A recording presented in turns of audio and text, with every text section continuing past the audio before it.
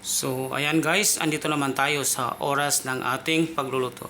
So, ang ating recipe sa ngayon ay scabeching bisugo. So, ayan guys, meron tayong 5 piraso po ng bisugo. Ang ating mga sangkap na ating mga gagamitin sa ngayon ay meron tayong fresh tomato, onion, carrots, bell pepperate, garlic, at ang ating mga pampalasa, meron tayong salt to taste, MSG, black pepper powder.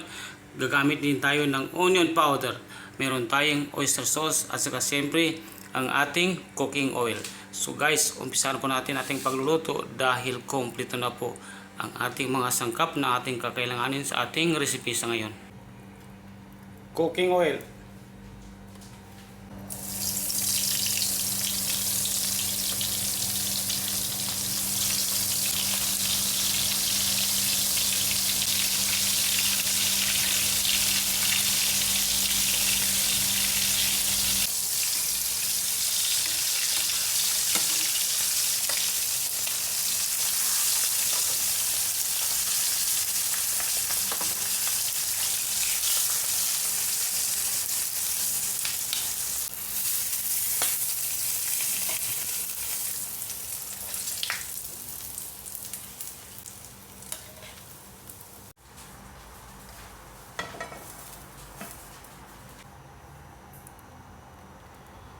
Gagamit tayo ulit ng cooking oil panggisa.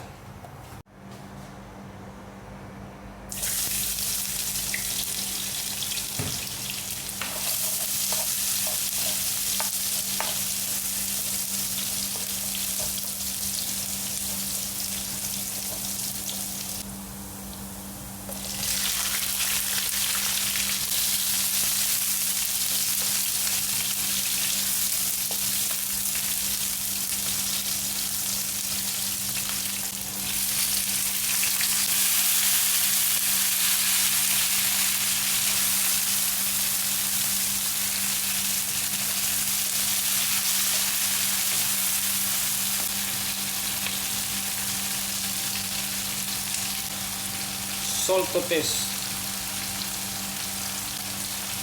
MSG, black pepper powder, onion powder,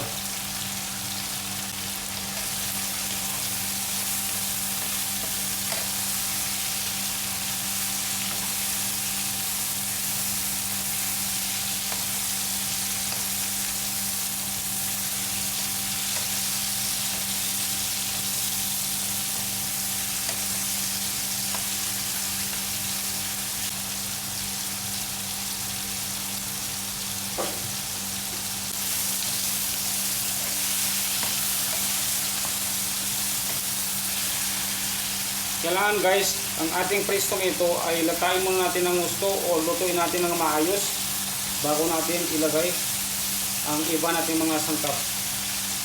Pag naluto po ng maayos ang ating fresh na tomato, mas lalong masarap.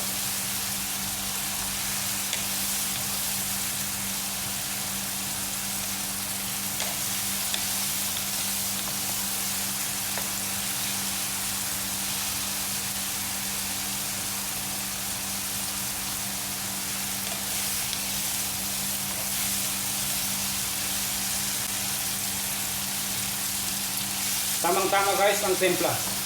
Kasi mag-add pa tayo guys. Mag-add pa tayo mamaya ng oyster sauce.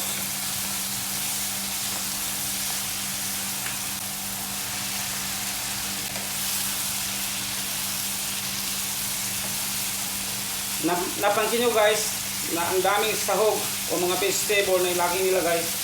Dahil guys, gustong-gusto ko po na marami pong vegetable kasi isa po akong vegetarian.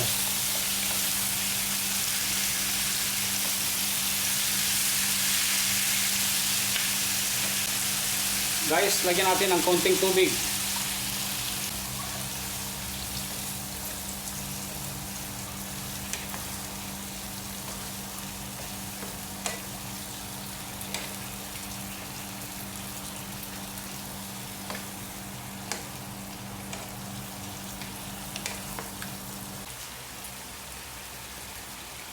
Mag-add tayo ng oyster sauce. So wala na, empty na ang ating oyster sauce.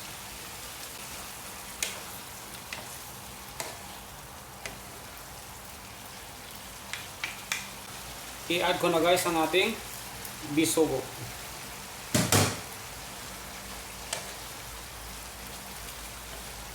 So ang daming gulay na nilagay ko guys, tapos yung ating bisugo is kakonti lang. Napakamahal guys ng bisugo. Sobrang mahal.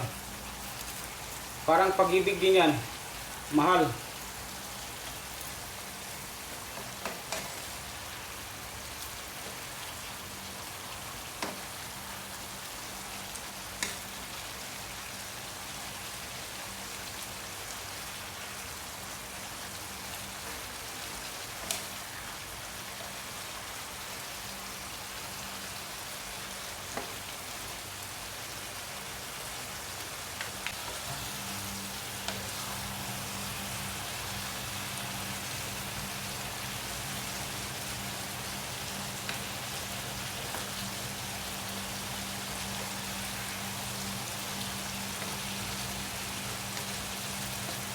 So ito na po guys.